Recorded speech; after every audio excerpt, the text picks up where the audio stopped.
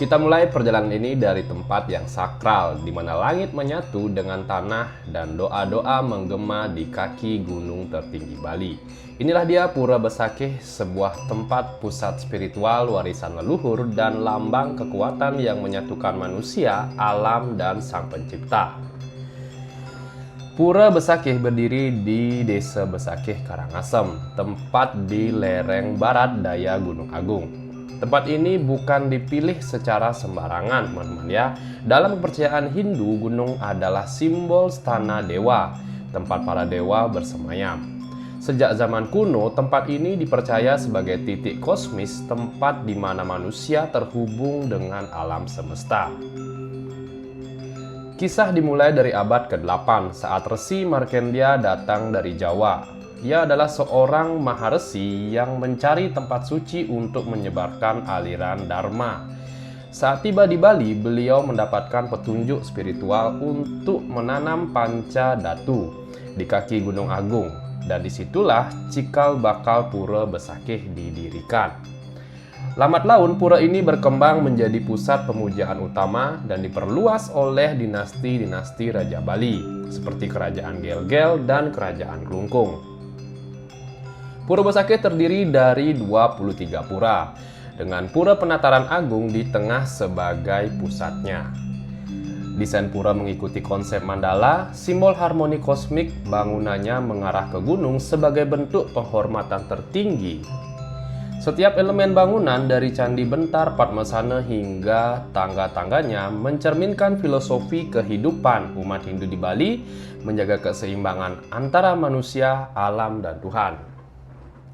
Besakih jadi tempat utama bagi upacara-upacara besar, salah satunya Eke Dasra Rudra, yang hanya diadakan 100 tahun sekali, ritual penyucian alam semesta. Ribuan umat Hindu datang dari berbagai tempat, teman-teman ya, dengan pakaian adat, membawa sesajen yang penuh kusyuk. Ini bukan sekedar ritual, tapi ini juga momen penyatuan jiwa, komunitas, dan leluhur. Tahun 1963, pasca Gunung Agung meletus hebat, ribuan nyawa melayang, tapi lava yang membara berhenti hanya beberapa meter dari Pura Besakih. Bagi umat Hindu Bali, ini merupakan bukan kebetulan. Ini perlindungan dari kekuatan suci. Sejak saat itu, Pura Besakih disebut-sebut sebagai pura yang diselimuti berkah dan kekuatan magis. Kini Pura Besakih tetap tegak berdiri, dikelola dengan kearifan lokal. Wisatawan datang, tapi adat dan kesuciannya tetap dijaga. Pemerintah dan masyarakat bekerja sama menjaga kemurnian pura, bukan hanya sebagai warisan budaya, tapi juga pusat spiritual yang hidup. Pura Besakih juga adalah jantung spiritual Bali. Ia bukan sekedar batu dan bangunan, tapi napas dan denyut kehidupan yang menghubungkan masa lalu, kini, dan nanti.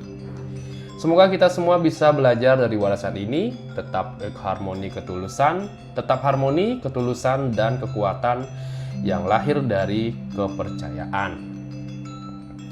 Kalau kamu suka dengan channel seperti ini, kalian bisa langsung like ya, mengenai sejarah-sejarah pura yang akan saya bahas seterusnya. Tulang pertama ini kita akan sudah membahas tentang sejarah singkat dari Pura Besakih.